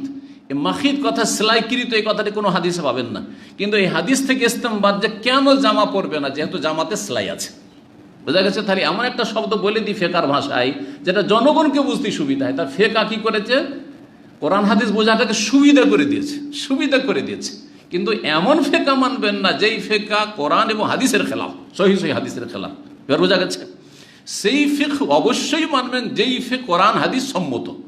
সেই ফিকের নাম তো দিনের জ্ঞান। সেই ফিক যার কাছে সেই তো আলেম। আর যে বুঝে না দিন, ফিক মানে বুঝা, যে বুঝে না সে কি করে আলেম হইতে পারে? জি, তো জামা পরবেন না। আর কি পরবেন না? ওয়ালা সারাবিল, সিরওয়াল, পায়জামা পরবেন না। পায়জামা বলে বোঝাতে হচ্ছে নিচের শরীরে যে কোনো এমন পোশাক যেটা সেলাই করা আছে, মানে যেটা জড়ানো, সেটা পায়জামার আকারে হোক, সেটা ফুল প্যান্টের আকারে হোক, সেটা হাফ প্যান্টের আকারে হোক, আর সেটা লুঙ্গির আকারে হোক। সেই লুঙ্গি যদি বাঙালি লুঙ্গি হয়, কেরালা লুঙ্গি নয়, তাহলে জায়েজ নয়। কেন? বুঝেন বাঙালি আর কেরালা লুঙ্গিতে পার্থক্য? বাঙালি লুঙ্গি মানে সেলাই করা আছে, মানে জড়ানো আছে, জড়ানো আছে, সুতরাং এটা জায়েজ নয়। এহরাম অবস্থায় কেউ বাঙালি লুঙ্গি পরবে, সেটা জায়েজ নয়। কিন্তু বাঙালি লুঙ্গিকে ছিঁড়ে আপনি দুটুকরো করে দেন, দিলেন একবারে ছিঁড়ে, আর কেরালা লুঙ্গি বানিয়ে আপনি চাদরের মতো, এরকম তো জায়েজ কিনা? ধরেন এমন পরিস্থিতি আপনার কাছে এহরামের কাপড় নেই, আরে তো টাকাও নেই যে আমি নতুন কাপড় কিনতে যাবো, অথবা আমি গরিব মানুষ, কেন বা কিনতে যাবো? অসুবিধা নেই, লুঙ্গিটাকে ধরলেন আর ছিঁড়ে সেলাই করার লুঙ্গি, বাঙালিকে তোকে কেরালা বানিয়ে দেবো এক্ষুনি, দিলেন কেরালা লুঙ্গি বাগিয়ে, অসুবিধা নেই, জায়েজ। তাহলে একটা প্রশ্ন আরও থেকে যায় যে লুঙ্গি তো আর সাদা হয় না, শেখ আপনি বলছেন লুঙ্গি দিয়ে এহরাম বাঁধতে, হ্যাঁ, তো এর উত্তর কি হবে? সাদা কাপড়ে এহরাম বাঁধা ফরজ অজেব, এটা কিন্তু অনেকে বুঝে না, বরং অধিকাংশ মুসলিম বুঝে না। এহরাম মানে সাদা কাপড়, এহরাম মানে কি? না না না, এহরাম সাদা কাপড়ে বাঁধা হচ্ছে সুন্নাত মুস্তাহাব, সুন্নাত মুস্তাহাব। সুন্নত কাজ করলে ভালো, না করলে নাজায়েজ নাই। সুতরাং কেউ একবারে বিভিন্ন রঙের লুঙ্গি, চমকদার লুঙ্গি, আর সেটা সেলাই করা নয়, সেটাতে যদি এহরাম বাঁধা নেয়, জায়েজ কিনা? জায়েজ। কিন্তু আজকাল যেহেতু মানুষের অভাব নেই, অসুবিধা কি? 50 টাকা দিয়ে একটা এহরাম কিনতে এমন কোনো অভাবী লোক নেই, বা কারো কাছে এমনি যদি গরিবও থাকে কারো কাছে ফ্রিও পেয়ে যাচ্ছে, সেই জন্য এমন কোনো দৃশ্য দেখছেন না। কিন্তু নবী সাল্লাল্লাহু আলাইহি জামানায় অধিকাংশ মানুষ বিভিন্ন রকমের কাপড়ে, সাদা কাপড়ে নয়, বিভিন্ন রকমের কাপড়ে কি করতো? এহরাম বাঁধত। জি, ভুলে গেলে হবে না। এবং একজনকে ভালোভাবে ইলম হাসিল করলে এগুলো সব মনে রাখতে হবে, এমনও পরিস্থিতি হইতে পারে কারো, জি, বা কোনো যুগে। জি, সিরওয়াল পায়জামা পরবে না। ওয়ালাল বুরনুস, বুরনুস পরবে না। বুরনুস কি জিনিস? বুরনুস হচ্ছে এমন জামা যেই জামার সাথে টুপি জড়ানো থাকে বা মাথা ঢাকার ব্যবস্থা থাকে। দেখেছেন এরকম জামা, জুব্বা? জি, মরক্কো, আলজেরিয়া, তুনেসিয়া, এইসব দেশগুলি, যে আফ্রিকার এসব দেশে একটা জামা আছে। আমাদের সাথে যেহেতু ক্লাসমেট এদেশের ছিলেন মদিনা ইউনিভার্সিটিতে অনেকেই, তো দেখেছি তারা কি পরতো, এমন ধরনের জুব্বা, যে জুব্বাগুলির এখানকার একটা টুপি ঝুলছে, কখনো মাথায় উঠিয়ে রেখে দিল, আর কখনো মাথা থেকে নামিয়ে দিল, পেছনে একটু ঝুলছে। আপনাদের এইগুলোতে থাকে, অনেকের জ্যাকেটে থাকে, সব জ্যাকেটে থাকে না, কিন্তু অনেক জ্যাকেটে থাকে, থাকে না? থাকে না। এটার নাম বর্নুস। তাহলে বর্নুস চলবে না, কারণ শরীরের গঠনে তৈরি করা হয়েছে, তারপরে তাতে মাথা ঢাকারও ব্যবস্থা আছে। মাথা ঢাকাও পুরুষদের জন্য জায়েজ নয়, আর সেলাইকৃত কাপড়ও জায়েজ নয়। এটা হচ্ছে উদ্দেশ্য। ওয়ালা সাওবান, এমন কাপড় চলবে না মাসসাহু জাফরান, যেটা জাফরান স্পর্শ করেছে, অর্থাৎ জাফরান দিয়ে রঙানো, জাফরানের রং দিয়ে। তখন জাফরান মানুষের হাতের নাগালে ছিল, জাফরান পর্যাপ্ত পরিমাণে ছিল, তো জাফরানের রং দিয়ে রঙাইতো। জাফরানে একটু সুগন্ধি আছে, আর ইহরামের কাপড়ে সুগন্ধি চলবে না। এখান থেকে আমরা কি জানতে পারলাম? যে ইহরামের কাপড়ে কোনো রকম সুগন্ধি, সেন্ট চলবে না। জি, ওয়ালা ওয়ার্স, এবং ওয়ার্স নামক ঘাস দিয়ে রঙা কাপড়, যেটা কেউ কেউ যেমন বাংলায় অনুবাদ করেছেন গোলাপি, গোলাপি হোক আর না হোক, ওয়ার্স কাপড় দিয়ে রঙালে ওয়ার্সের একটা ঘ্রাণ আছে, সুন্দর সুগন্ধি আছে, সেই সুগন্ধিটা থেকে যাবে। সুগন্ধিওয়ালা কাপড় দিয়ে এহরাম করা যাবে না। কিন্তু এহরাম অবস্থায় আপনি সাবান ব্যবহার করতে পারবেন। সাবানেও তো সেন্ট আছে, আজকাল প্রায় সাবানে কি আছে? সেন্ট আছে। অনেকে কিন্তু একেবারে এহরামের সময় বা যে মেনা আরেফা মুজদালিফা থাকে, সাধারণ সাবানগুলো রাখে বা সাধারণ সাবান ব্যবহার করে। একটু সাবান যদি সেন্ট থাকে বলছে না না এটা নাজায়েজ, না না এরকম নয়। এটা কেউ সেন্ট বলেন না, মানে এটাকে আতর কেউ বলেন না। আতর, সেন্ট, সুগন্ধি, এইগুলো জায়েজ নয়। বাকি সাবানে কিছু সেন্ট আছে, প্রত্যেকটার ঘ্রাণ আছে, তো এইগুলো আসলে উদ্দেশ্য করা হয় নাই। জি, ফামাল্লাম যেটা না আলাইন, আসল হচ্ছে যে স্যান্ডেলে এহরাম বাঁধতে হবে, এটি উত্তম। আর জুতাও যদি হয়, সে জুতার টাকনার যেন না ঢাকা থাকে। অনেকে মনে করে স্যান্ডেলে এহরাম বাঁধা জরুরি না, স্যান্ডেলে এহরাম বাঁধা সুন্নাত, যেমন সাদা কাপড়ে এহরাম বাঁধা সুন্নাত। জুতাতেও এহরাম করা জায়েজ, জুতাতেও এহরাম করা জায়েজ। অনেকেই বলে, এই কদিন আগে একজন জিজ্ঞেস করছে, শেখ আমার স্যান্ডেল আছে কিন্তু পেছন দিক থেকে তো একটুই করা আছে, মানে ওই যে কিছু বাংলাদেশি স্যান্ডেলগুলো আছে স্যান্ডেলের মতোই, কিন্তু পেছন দিকটা ঢাকা আছে একটু, কিন্তু টাকনা খোলা আছে, তো এটাতে তো জায়েজ নয়। ও নিজেই বলছে এটাতে জায়েজ নয়। বলে কে বললো জায়েজ নয়? বলে পেছনটা নাকি খোলা থাকতে হবে। বলছে কোনো হাদিসে তো পাইনি যে পেছন ঢাকা না, পেছন খোলা থাকতে হবে। হ্যাঁ, টাকনা ঢেকে না যায়, টাকনা ঢেকে না যায়। অধিকাংশ জুতাগুলি টাকনার নিচে, দেখেন আপনাদের জুতোগুলি দেখেন, যারা জুতো পরে সব টাকনার নিচে, কিন্তু তো টাকনার নিচে যদি জুতো থাকে আর জুতো তেহরা বাঁধেন, জায়েজ। কথা বোঝা গেছে? হ্যাঁ, যদি আর্মিদের জুতা হয় বা অনেকে কাজ করে তাদের এই জুতাগুলি, সে কি বুটের মতো উঁচা একদম, হ্যাঁ, তো সেটা চলবে না। কিন্তু আপনার কাছে ওইটাই আছে। এমন চামড়া মোজা আছে যেটাতে টাকনার ওপরে মোজা ঢাকা আছে, অথবা এমন জুতা আছে যেটা ওই আর্মি সেনাবাহিনীর পুলিশদের জুতা, আর সেটা ছাড়া আর কিছু নাই, সে এহরাম করতে পারবে না? করতে পারবে। কিন্তু নবী সাল্লাল্লাহু আলাইহি ওয়াসাল্লামের প্রথম নির্দেশ ছিল এটি কিন্তু মানসুখ হয়ে গেছে। কি ফামাল্লামে যদি না আলেন, কেউ যদি স্যান্ডেল না পায়, স্যান্ডেল নেই তার কাছে, জুতা আছে আর এমন জুতা যাতে টাকনা ঢাকা আছে বা মোজা আছে, চামড়ার মোজা, ফালিয়াল বাসিল খুফাইন, তাহলে মোজা পরেই এহরাম করুক। খালি পায়ে হাঁটা মুশকিল। তখন আপনার এই সাফা মারওয়া এইরকম করা ছিল না, একবারে মার্বেল বসানো আর কত সুন্দর আরামদায়ক আর এসি লাগানো ছিল, খোলা মাঠ ছিল। ভালো করে শোনেন, কিছুদিন আগে 70-80 বছর আগে খোলা মাঠ ছিল সাফা মারওয়া, কোনো ছায়াও ছিল না, আর সেটা আপনার এমনি কোনো বাধা ছিল না। কি ছিল? কুচি পাথর, পাথর উপরে যেমন হাঁটতে হয়। মক্কার রাস্তায় যদি খালি পায়ে হাঁটতে পারবেন? কুচি পাথর যেখানে সেখানে আছে, তো ওই রকম ছিল। তো খালি পায়ে কী করে হাঁটবে? তখন বললেন যে ঠিক আছে, তোমরা খুফাইন মানে চামড়ার মোজা, খুফ বলা হয় আল্লাযী ইউসনা মিনাল জিদ, চামড়ার মোজাকে, চামড়ার মোজা পরে তোমরা করবে, এহরাম করবে। তো চামড়ার মোজা পরবো, তো ওতে তো টাকানা ঢাকা থাকছে, তো কী করতে হবে? নবী সাল্লাল্লাহু আলাইহি ওয়াসাল্লাম বললেন ওয়াল ইয়াকতাহুমা হাত্তা ইয়াকুন আসফালা মিনাল কাবাইন, ওই মোজাকে কেটে ফেলবে যাতে করে 2 টাকনার নিচে নেমে যায়, 2 টাকনার ওপর থেকে এইটুকু কেটে ফেলে দেবে, কেটে দিয়ে। এটি ছিল নবী করিম সাল্লাল্লাহু আলাইহি সাল্লামের হুকুম, আগের বিদায় হজের বছরের নয়। এই হুকুমটি ছিল হুদায়বিয়ার সন্ধির বছরে, যখন এহরাম বাঁধলেন রাসূলুল্লাহ, সাহাবায়ে কেরামগণ। কোথা থেকে এহরাম বেঁধেছিলেন? হ্যাঁ, হুদায়বিয়ার সন্ধির বছর উমরা করতে গেছিলেন না যাননি? 6 হিজরিতে। কোথা থেকে গেছিলেন? মদিনা থেকে গেছিলেন। কত আস্তে করে বলছেন। নবী সাল্লাল্লাহু আলাইহি ওয়াসাল্লাম থাকতেন কোথায়? মদিনা থাকতেন না? তাহলে মদিনা থেকে গেলেন। মদিনা থেকে গেলেন, তো মদিনা থেকে গেলে কোথায় এহরাম বাঁধলেন? জুলহুলাইফা, যেটা আবিয়ারে আলী বলছেন নতুন নাম, মানে মসজিদ নবী থেকে 10 কিলোমিটার দূরে, এখনো মদিনা শহরের ভিতরে, ওখান থেকে এহরাম বাঁধলেন। এহরাম যখন বাঁধতে গেলেন, তো অনেক সাহাবীকে দেখলেন যাদের কাছে স্যান্ডেল নেই। হয় খালি পায়ে যেতে হবে, এত দূর খালি পায়ে যাওয়া খুব মুশকিল, 400 কিলোমিটারের বেশি রাস্তা, আর না হলে মোজা পরিধান করে। তো মোজা পরিধান করে, তো মোজাতে তো টাকনা ঢাকা, টাকনার উপরে মোজা যেমন থাকে, আর চামড়ার মোজা, তাহলে এমনিও পায়ে মোজা চলবে না এরকম অবস্থায়। কেন শরীর, আচ্ছা মোজাতে তো সেলাই নেই, কোথাও সেলাই আছে নাকি? দেখেছেন মোজাতে কোথাও সেলাই করা আছে? এটা উদাহরণ, একবারে বাস্তব উদাহরণ। তো এই সেলাইকৃত কাপড় বলতে শরীরের গঠনে যেটা তৈরি করা হয়েছে, আর মোজা শরীরের পায়ের গঠনে তৈরি করা হয়েছে, যেন মোজা পরা জায়েজ এরকম অবস্থায় পুরুষদের জন্য নয়। মহিলারা এরকম অবস্থায় মোজা পরবে, হাতের মোজা পরবে না, পায়ের মোজা পরবে। তো নবী সাল্লাল্লাহু আলাইহি ওয়াসাল্লামের কাছে এরকম সমস্যা আসলে যে অনেকের হয় খালি পায়ে যেতে হবে, আর না হলে এরকম মোজা পরে এহরাম বাঁধতে হবে, জুতা নেই, স্যান্ডেলও নেই, তাহলে কি করবে? বললেন যে কেটে ফেলো, টাকনা নিচে থেকে কেটে তাকে কি করে বানিয়ে নাও, স্যান্ডেল বানিয়ে নাও, বা টাকনার নিচে পর্যন্ত জুতার মতো করে নাও।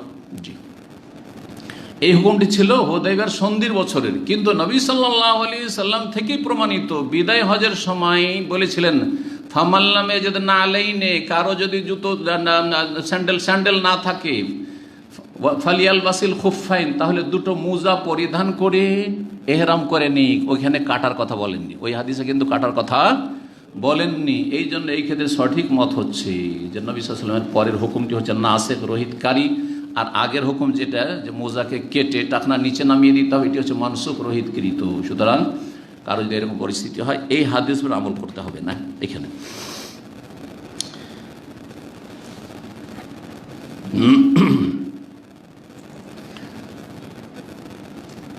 আজকে খুব অল্পই পড়া হলো। আরেকটা অধ্যায় আমরা আলোচনা করি, কি হচ্ছে তাতে বলছেন যে 10 নম্বর অধ্যায়, বাবুন মা ইয়াসতুরু মিনাল আওরাহ। এই অধ্যায় হচ্ছে যে একজন ব্যক্তি শরীরের কতটা স্থান আবৃত করবে। আওরত মানে ঢেকে রাখার স্থান, শরীরের কতটা জায়গা ঢেকে রাখবে। জি, সালাতে বিশেষ করে সালাতে, আর সালাতের বাইরে দুটো মাসলা আলাদা আলাদা এর আগে বলেছি। 367 নম্বর হাদিস আবু সাঈদ খুদরি রাদিয়াল্লাহু তাআলা আনহু থেকে বর্ণিত, বলছেন যে আন্নাহু কাল নাহা রাসূলুল্লাহ সাল্লাল্লাহু আলাইহি ওয়াসাল্লাম, রাসূলুল্লাহ নিষেধ করেছেন আন ইস্তেমালি সাম্মা কাপড় পরিধান করতে, সাম্মা করে কাপড় জড়িয়ে নিতে। সাম্মা কাকে বলা হয়? সাম মানে হচ্ছে কোনো ছিদ্রবিহীন, এমন কিছু করা, এমন কাপড় পরা যাতে কোনো রকমের ছিদ্র নেই হাত বের করার জন্য, হাত বের করার জন্য কোনো ছিদ্র নেই, বড় চাদর বা এমন ধরেন জামার মতো করে তৈরি করেছেন কিন্তু হাত বের করার কোনো ব্যবস্থা নেই, এইখানে পরে নিলে গোটাটা ঢেকে গেল, হাত ভিতরে থেকে গেল, এইভাবে কেউ যদি সালাত আদায় করে আর আর এই হাঁটু সহ ঢেকে যাচ্ছে, কাঁধও ঢাকা আছে আর হাঁটু পর্যন্ত ঢাকা আছে কিন্তু হাত বের করার ব্যবস্থা নেই, এই রকম পোশাক যদি কেউ পরে থাকে অথবা এমন করে বেঁধেছে যে হাত বের করা যাবে না তাড়াতাড়ি প্রয়োজন হইলে, রুকু সিজদার জন্য সিজদাতে হাত বের করা মুশকিল, অথবা হঠাৎ করে কোনো প্রয়োজন হইলো হাত বের করা মুশকিল, এই রকম কাপড় পরিধান করে সালাত আদায় করতে নিষেধ করেছেন। কেন নিষেধ করেছেন? রহস্য হচ্ছে দুইটি। একটি হচ্ছে যে এই রকম কাপড় পরে থাকলে রুকু সিজদা করার সময় যখন হাত বের করতে যাবে তো নিচের দিক থেকে বের করতে হবে, তাই না? কারণ সাইডে তো বের করার ব্যবস্থা নেই, তো নিচের দিক থেকে যখন বের করতে যাবে সিজদা যাওয়ার সময় তখন পেছন দিক থেকে লজ্জাস্থান খুলে যেতে পারে, কারণ কাপড়টা তো ছেড়ে আসবে, তখন এইভাবে আসবে না, কাপড় উপরে চলে আসবে, যখন কাপড় উপরে চলে আসবে লজ্জাস্থান খুলে যাওয়ার আশঙ্কা আছে, যেটা সালাত অবস্থায় জায়েজ নয়। এটা একটা কারণ। আর একটি কারণ হচ্ছে যে সালাত অবস্থায় যে কোনো এমার্জেন্সি অবস্থা বা এমার্জেন্সি পরিস্থিতি হইতে পারে, হঠাৎ করে সামনে সাপ একটা বিচ্ছু, মারতে হবে তাড়াতাড়ি করে, আর হাত তো ভিতরে ঢুকা আছে, তা থেকে হাত কি করে বের করবেন? পারবেন না, বের করতে পারবেন না। সুতরাং এই জন্য এটাকে অপছন্দনীয় বা এটাকে নিষেধ করা হয়েছে। সুতরাং এইরকম কাপড় পরিধান করে সালাত আদায় করা ঠিক নয়।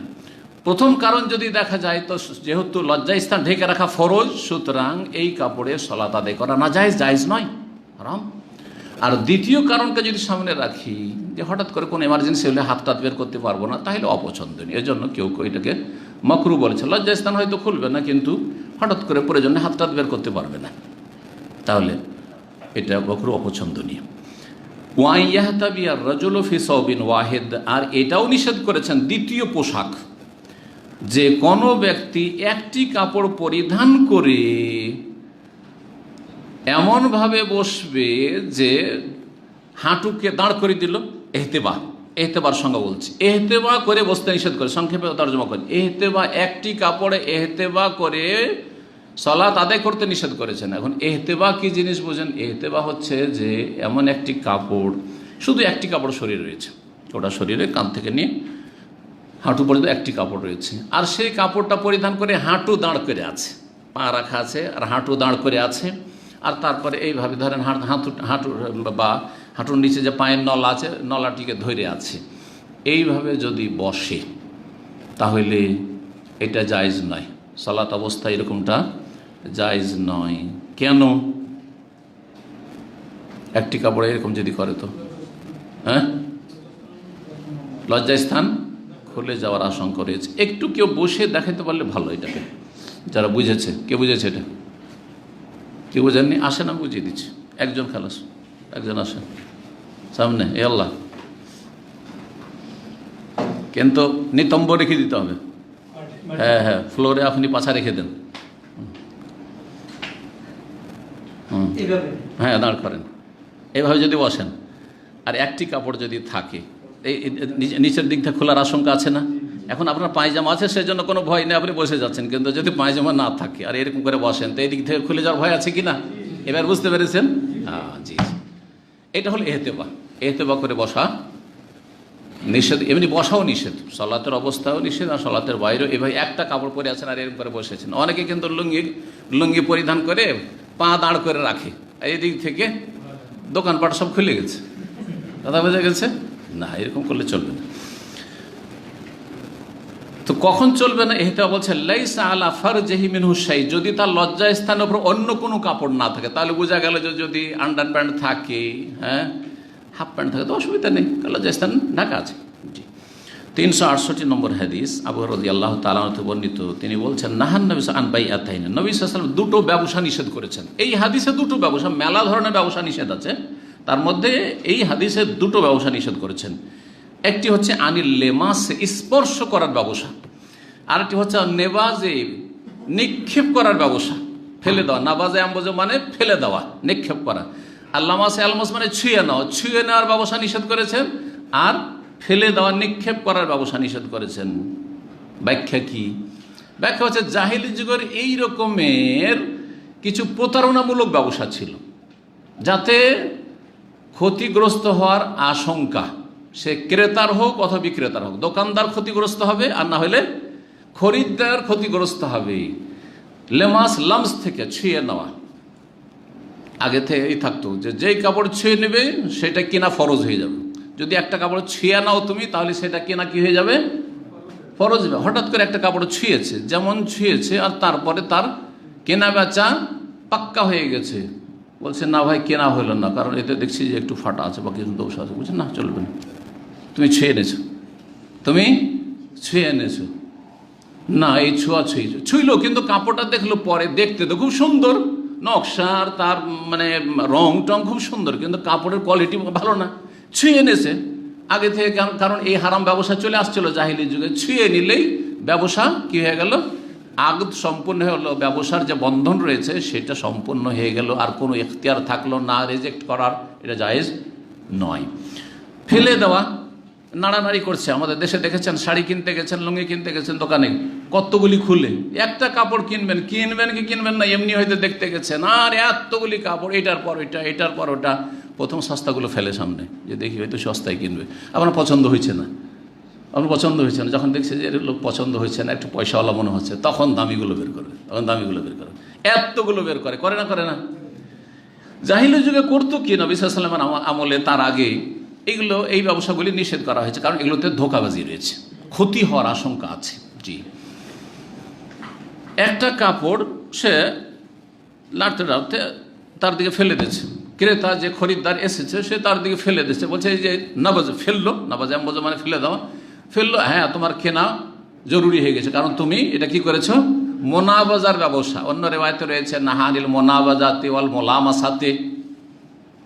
কেউ ছুঁয়ে নিলে, বিক্রেতা ছুঁয়ে নিল ফরজ, অথবা ক্রেতা, বিশেষ করে ক্রেতা, তুমি খরিদ্দার আর তুমি ছুঁয়ে ফেলেছো, অথবা তুমি এটা আমার দিয়ে ফেলে দিয়েছো, এই যে আমার দিয়ে ফেলে দিয়েছো, এখন কিনা জরুরি। আমরা অনেক সময় না এটা লাগবে না, লেন এটা লেন, দেখান অন্যগুলো দেখান, বলছেন না তুমি আমার দিকে ফেলে দিয়েছো, কিনা ফরজ হয়ে গেছে, তোমার নিষেধ করেছে। ওয়াইয়াস্তামেলা সাম্মা, আর সাম্মা পরিধান করতে, সাম্মার তফসির হয়ে গেছে, হয়েছে না? এমন কাপড় পরা যাতে এমন কোনো ছিদ্র নেই হাত বের করার জন্য। ওয়াইয়াহতিবা রাজুল ফি সাবিন ওয়াহিদা, আর একটি কাপড় ইহতিবা করা, একটি কাপড় লজ্জাস্থানে অন্য কোনো কাপড় নেই, ইহতিবা করে বসা, নিতম্ব মাটিতে রেখে আর হাঁটু দাঁড় করে, হ্যাঁ, আর নলাগুলি ধরে এইভাবে বসা, এটা নিষেধ করেছেন। জি, 369 নম্বর হাদিস, আর এই দিয়ে ইনশাআল্লাহ শেষ করছি আজকে। আবু হুরায়রা রাদিয়াল্লাহু তাআলা হতে বর্ণিত, তিনি বলছেন, বাসানি আবু বকর ফি তিলকাল হাজ্জা, আবু বকর সিদ্দিক রাদিয়াল্লাহু তাআলা আমাকে প্রেরণ করলেন সেই হজে, মানে যেই হজে আবু বকর সিদ্দিক রাদিয়াল্লাহু তাআলা আমিরুল হজ হয়ে গিয়েছিলেন, সেটা ছিল কোন হিজরি? কেউ বলতে পারেন? সিরাতুন নবীর ঘটনা, হ্যাঁ, নবম হিজরি। দেখেন, অষ্টম হিজরিতে মক্কা বিজয় হল। মক্কা বিজয় হওয়ার পরেও কিছু কুসংস্কার কাফের মুশরিকদের থেকে গেছে, এখনো আরবের বিভিন্ন অঞ্চল থেকে সেই কুসংস্কার নিয়েই তারা উমরা করতে আসতো, হজ করতে আসতো, আর মক্কার এসে বাইতুল্লাহর তওয়াফ করতো। তার মধ্যে একটি ছিল উলঙ্গ হয়ে কি করা? তওয়াফ করা, উলঙ্গ হয়ে তওয়াফ করা। তারপরে একটা ছিল যে মুসলিমও বাইতুল্লাহর তওয়াফ করেছে, আর মুশরিক পত্তলিক বাইতুল্লাহর তওয়াফ করছে, করতো না? নবী করিম সাল্লাল্লাহু আলাইহি ওয়াসাল্লাম মক্কি জীবনে 13 বছর দেখেছেন, কাবা ঘরে তওয়াফ করতেন না? তিনিও তওয়াফ করতেন, এদিকে আবু জাহালও তওয়াফ করছে, আবু লাহাবও তওয়াফ করছে, ছিল না? ছিল না? এটা মক্কা বিজয় পর্যন্ত চলেছে, মক্কা বিজয় পর্যন্ত চলেছে। তারপরেও কেউ কেউ আসতে পারে, কারণ মক্কা বিজয় হয়েছে, তারপরে তো সমস্ত দেশ থেকে, আরো উপদ্বীপ থেকে মুশরিক শেষ হয়ে যায়নি, আছে তো বিভিন্ন এলাকায় মুশরিক, আর ওদেরকে বাধা দিবে কি? আসতে আছে। তো নবম হিজরিতে রাসূলুল্লাহ সাল্লাল্লাহু আলাইহি ওয়াসাল্লাম আবু বকর সিদ্দিক রাদিয়াল্লাহু তাআলা আনহুকে আমিরে হজ করে পাঠালেন, হজের দায়িত্বশীল করে পাঠালেন, যে তুমি যাও এই বছরে হজের দায়িত্বশীল হয়ে। এবং তার সাথে তার পরে পরে আলী রাদিয়াল্লাহু তাআলা আনহুকে নিজের বংশের পাঠালেন সূরা তওবার আয়াতগুলি শুনিয়ে শুনে ঘোষণা করার জন্য মিনা আরাফা মুজদালিফায়, যাতে করে এই আয়াতগুলি শুনে নেই আর আগামী বছর থেকে কোনো মুশরিক কাফের এই মক্কা নগরীতে প্রবেশ না করে। কারণ মক্কা নগরী প্রবেশ করার জন্য একটা ভিসা লাগবে। যেমন বিভিন্ন দেশে ঢোকার জন্য ভিসা লাগে না, লাগে না? এখন ওই দেশে যদি যে কোনো দেশে আমাকে ঢুকতে দেবেন, আপনাকে ঢুকতে দেবেন না, যদি বলি যে না এটা মানবাধিকার লঙ্ঘন, তাহলে আমার কথা ভুল না? ভুল নয়? অবশ্যই ভুল। ওরা বলবে যে আমাদের দেশে ভিসা স্টাম্পিং করে তারপরে আসেন, বলবে না অধিকার আছে কি নেই? তো তাদের যদি অধিকার থাকে যে আমাদের দেশে আসলে ভিসা লাগিয়ে আসতে হবে, না হলে আসতে দেবো না, বর্ডার আছে আমাদের দেশ আমাদের, তাহলে আমাদের ইসলামেরও অধিকার আছে। 14 বছর আগে থেকে এটা বলা হয়েছে যে এমন একটি পৃথিবীতে আল্লাহর জমিন আছে, যেই জমিনে একমাত্র মুমিন, মুওয়াহহিদ, শিরক মুক্ত, কুফরি মুক্ত ব্যক্তি প্রবেশ করতে পারে। সুতরাং সেখানকার একটা ভিসা লাগবে। আসলে মক্কা নগরীতে প্রবেশ করলে ভিসা লাগবে। সেই ভিসার নাম হচ্ছে ইসলাম, সেই ভিসার নাম হচ্ছে তৌহিদ, সেই ভিসার নাম হচ্ছে লা ইলাহা ইল্লাল্লাহ। কথা বোঝা গেছে না? তোমাদের অধিকার আছে। কারণ অনেকে প্রশ্ন করে কেন আমাদেরকে মক্কায় ঢুকতে দেওয়া হয় না? খুব সহজ। আর তোমাদের ভিসার জন্য কত হয়রানি করো, আর তারপরে ইন্টারভিউ দিতে হয়, এমবেসিতে উঠতে হয়, আর তারপরে তোমরা রিজেক্ট করে দাও। আমরা তো রিজেক্ট করবো না। এসে বলো যে আশহাদু আল্লা ইলাহা ইল্লাল্লাহ ওয়া আশহাদু আন্না মুহাম্মাদান রাসূলুল্লাহ, আর তারপরে আমরা ইসলামিক সেন্টার থেকে একটা পেপার লিখে দিচ্ছি, টেম্পোরারি তোমাকে এফাদা সার্টিফিকেট, আর তুমি এক্ষুনি তুমি বেরিয়ে চলে যাও, তোমাকে রাস্তায় কেউ কিছু বলবে না, তোমার পাসপোর্ট অমুসলিম হইলো, চলে যাও। আছে না নাই? বাস্তব। এত সহজ কথা বুঝে আসে না? যুক্তি, আজকাল যুক্তির যুগ, যুক্তিতে মুক্তি খুঁজে এই ক্ষেত্রে যুক্তি দেবে না। আল্লাহ যে বলেছেন যে ফালা ইয়াদখুল মাসজিদাল হারাম বাদা আমিহিম হাযা, এই বছর পরে কোন মুশরিক প্রবেশ করবে না। তো যদি কেউ বলে অমুসলিমরা অথবা অনেক নাস্তিকরা বলে থাকে যে এটা তো অবিচার হচ্ছে, যে মক্কায় কেন ঢুকতে দেওয়া হবে না, তো এই করতে দেওয়া হবে না, হ্যাঁ এটা ভিসার ব্যাপার আছে। আল্লাহ চান না যে সারা পৃথিবীকে শিরক কুফরি দিয়ে নাপাক করে দাও। কমপক্ষে একটা ক্ষুদ্র জমিন থাক, যেই জমিনটি শিরক কুফরি থেকে সবচেয়ে বড় অপরাধ থেকে মুক্ত থাক, আর সেটা হচ্ছে মক্কাতুল মুকাররমা, হুদুদ হারাম। বুঝতে পেরেছেন?